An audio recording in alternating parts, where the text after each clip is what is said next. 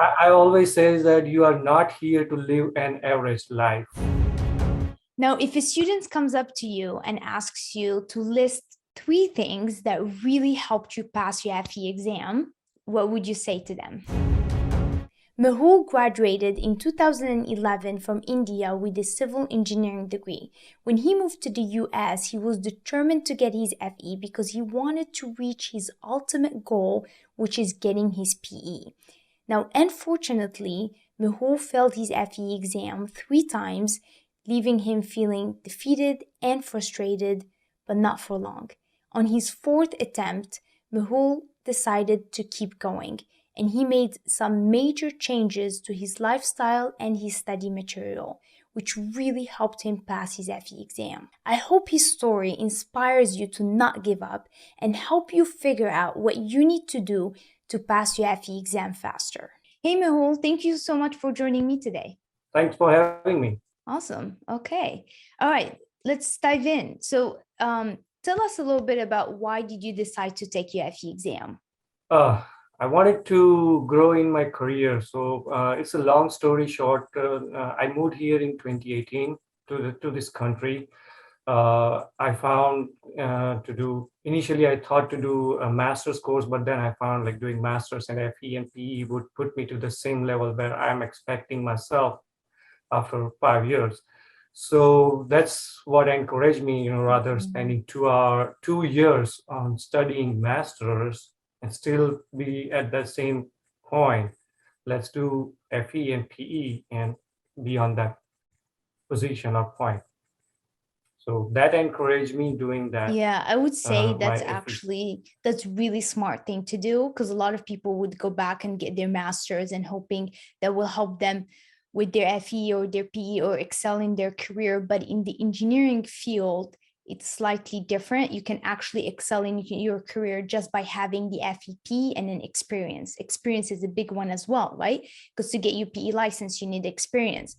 And now I do want to ask you, how did you find out about that? Because a lot of people are not aware of that. And so you just moved to the United States from India. So you're not really familiar with the whole system here. You moved in 2018 and then you started preparing for your FE in 2019.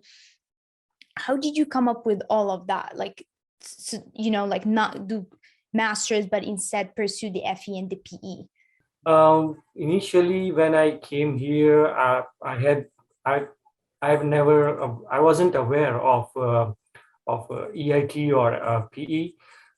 So I had GRE and IELTS given so that I can pursue my master's, but I had family responsibilities and everything, and I found that balancing academic career and a professional career won't be won't be possible for me. So I started meeting people out here and see what's how did they do it during their time, and fortunately, I came across a group of people. They said that if you do FE and PE, and if you do masters, even do after doing masters, you will have to do FE and PE. And if you just do FE and PE, you'll be on the same position that any experienced person will be.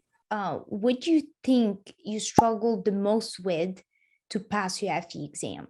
I would say the long study gap. I am graduated in 2011, and I started studying back in 2019. So that 8 years of gap, and being out of the college school for 8 years, and that most of the basic concepts which haven't been used in day-to-day daily life or practical life have been vanished. So grasping that thing was a little bit Got it. difficult for me. Okay.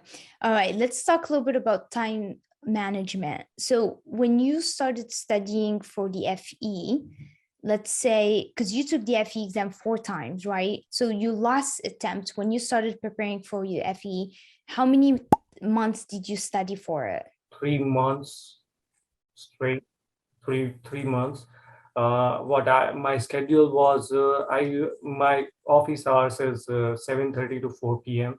So I come back around 4:30 around. So I take a nap, or after take like power nap, I would say that helps me relaxing a little bit to give my mind a little bit stability.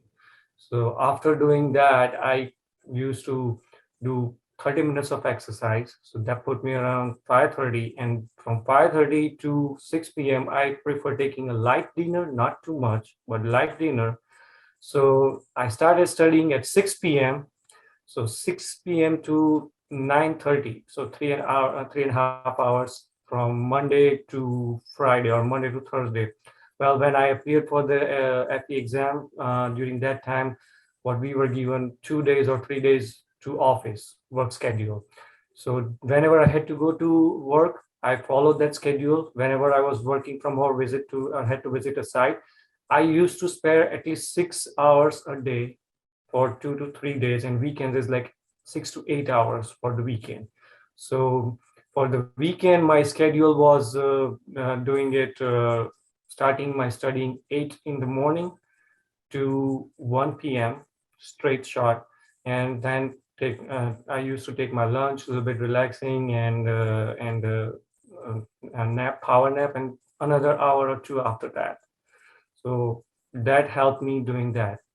I really like your schedule because it seemed like, have you watched our video where we talked about time block? Time Okay, management stuff, because I feel I have like watched that one. that's exactly what you did, and I really like it because every time that you had during the day, it was blocked for a certain activity that was helping you with your studying. If it's not studying, it's a power nap that will help you to have a better focus. You exercise, but then also like it is the time that I really like. You're like, from this time to this time I blocked it for this and this, so you're very, very aware of the time that you have. And I think doing that, it really helps you to be productive and not waste time on social media and emails and all that stuff. So really love your schedule. I took 15 Wow. days off from my Okay. work, 3 weeks off from my work. And during those 15 days, I used to study 8 to 10 hours a day. And reviewing at the end of the session, I think that's also something really important. I did notice that you did study a lot of hours, and I just want to ask a little bit about Yeah. burnout. Did you feel like at any point you were starting to get tired, burnout? And if you did, what did you do to kind of recharge and get yourself back to studying? It happened to me many a Yeah. times, I would say, not just once. What I used to do, just initially, I was feeling very disappointed and but by myself. So I just calmed down, learned calming down. Okay, how can I utilize what if, let's say, my study schedule was 4 hours a day and I got just an hour and I feel burnout, do not want to study or anything. What should I do? Just recall what you Mm. studied yesterday.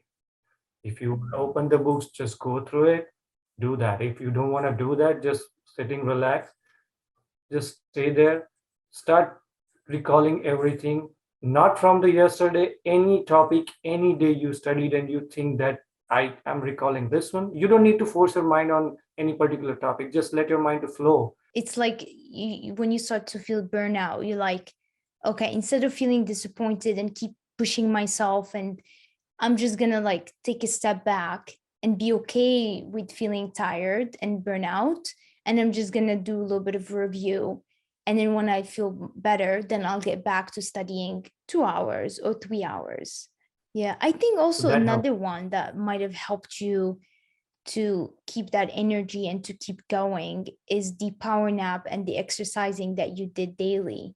I think Mhm. that could really just like help you Absolutely. recharge and have a better focus when you actually start studying, especially like exercise. Like it's really good for you, and sleep as well. If you didn't get good sleep the day before, taking a power nap can really help. Or if you just had a long day from work and you get home exhausted, that power nap can really like make you feel, yeah.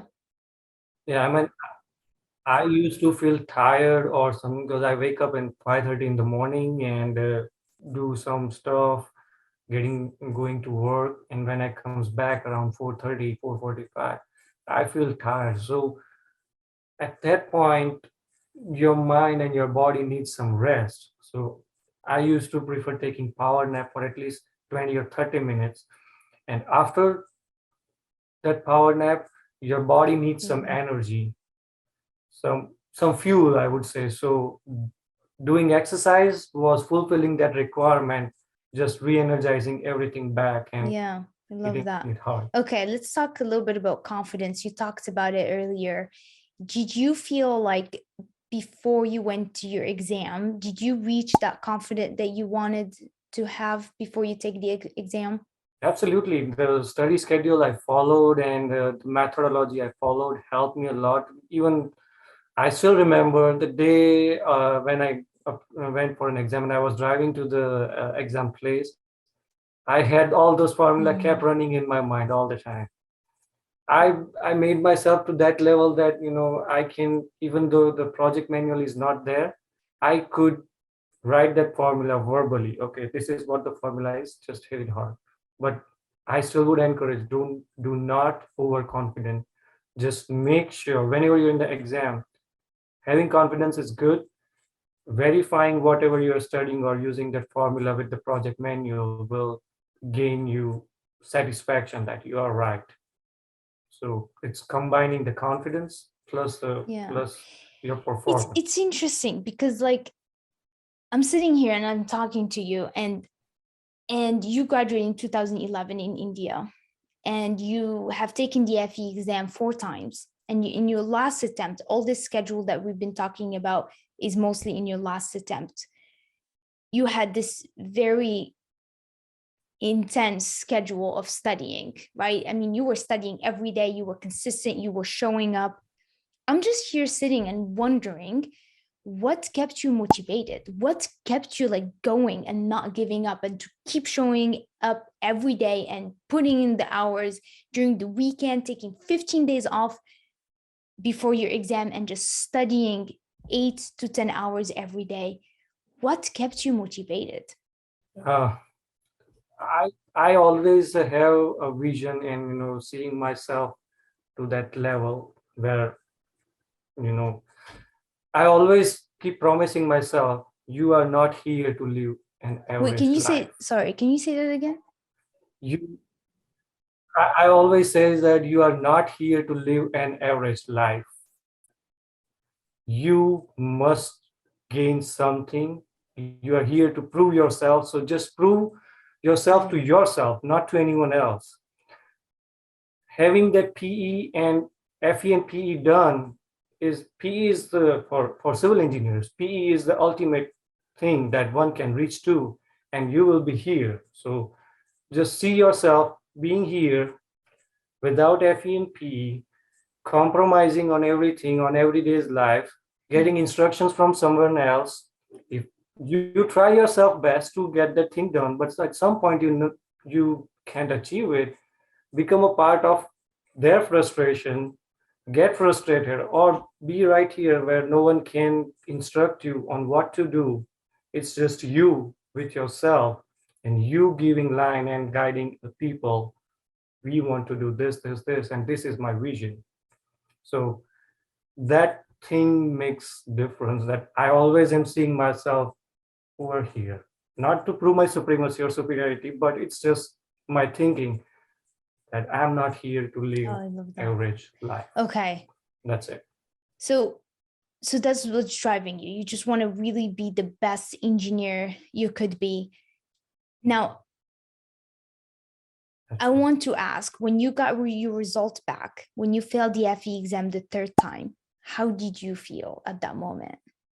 Uh, I would say I was nervous and very disappointed with me. I literally lost confidence in me at that time because since my school life and college life, I was among those top 10 rankers who has done 10, who has done top in the college.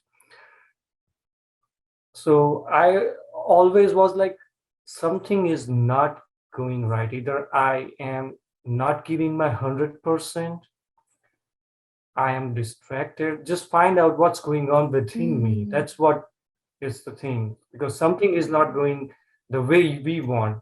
And I found, in fact, that I was distracted. Plus, when during the college life, one has to admit that it's just a academic career that you have to focus. And when you are in the pass out the college, you have professional life, you have personal life, and a lot of the responsibilities on you, that those responsibilities are enough to distract you from what your goal is. Wow. So you were completely honest with yourself, which is not a lot of people. It's very hard for people to do that and just sit and be like, okay, what am I doing wrong in here? What is it that's stopping me from reaching that goal? And that's very few people who can do that. Take, like, turn failure into like, what can I learn from this, right? And I think also has to do a little bit with your why. Like, why do you want to do this? And I always tell you guys, like, make sure you have a why, a strong why, right? And that way, when hit challenging moments or when you fail, you go back to that. I don't want to live an average life, like without the FE and PE. I'm here, but that's not the life I want. I want to have a life here, right? And that really kind of helped you to be like, okay, let me figure out what I'm doing wrong so I can reach to that level that I want to reach. And I love all of that process. And I think also you're very aware of yourself as well. And I think that's also really important. And it shows because, I mean, you reach it, right? The next step is the PE, and soon Yeah. you'll be at the level that you want to be at. We are not saying that you can lose it. Losing or failing is also learning, but doing it repeatedly is something that you are Mm, not focusing on it. So they help me boost my confidence. And they said that at that time that repeated mistakes often leads mm, to failure. So make sure you work on those mistakes. If you can't find the way how to overcome those mistakes, share with us. Perhaps either us or your friends can help you overcoming those loopholes or yeah. mistakes. I love that. Repeated mistakes lead to failure. And I absolutely agree with that, because it's like, it's okay to keep failing if you're trying different things. But when you keep doing the same mistakes over and over again, you're not going to pass your FE, right? And I really Absolutely. love that. Why did you decide to buy the bundle, the accelerator course? From I would say from my own experience. So when on the third attempt, when I had, as I said before, when I had just morning course available, and when I appeared in the exam, I was able to solve morning session like this, and afternoon session I felt a little bit difficult. So I was like, this helped me getting halfway there. So adding one little bit more, investing. This is like investment in yourself, which doesn't go anywhere, but it grows with you. So when you took the FE exam the third time, you saw that the morning course really helped you get to those questions. So you're like, no brainer, I need to get the afternoon to be able to pass the FE. Now, if a student comes up to you and asks you to list 3 things that really helped you pass your FE exam, what would you say to them? I would say remaining consistent. Do not make yourself fool. Okay, sometimes people do that. Oh, I know that. I have studied yesterday. I remember that. But have you tried recalling that? Can you recall it? So being confident is different, but verifying that you can still recall and you can still do that is must. I'm going to go ahead Okay. and summarize that: consistency, recall, and focus on your weaknesses. Love that. Okay. Now, how do you feel that you have your EIT? Oh, it is always it's like a one milestone I achieved, that what I want it to be. So it always is a pleasure seeing yourself where you want it to be, and now I am at that point. Apart from me, my family were happy, my workplace, my boss, and everything. They because I was at the work when I was at the office, and I was like, okay, I passed the exam. I called my parents, my family. Okay, I made it. Congratulations. And then they hear it. I made it. My boss hear it. He walked to my workplace. So finally, you made your EIT. I was like, yes, sir. Well, congratulations. And he Oh, took me to the lunch that day. Mehul, congratulations again in your FE exam, and thank you for taking the time and sharing these great tips that you shared with us today. And hopefully, these tips will help a lot of students pass the FE exam. So, thank you again for being here. Oh yeah, everybody now.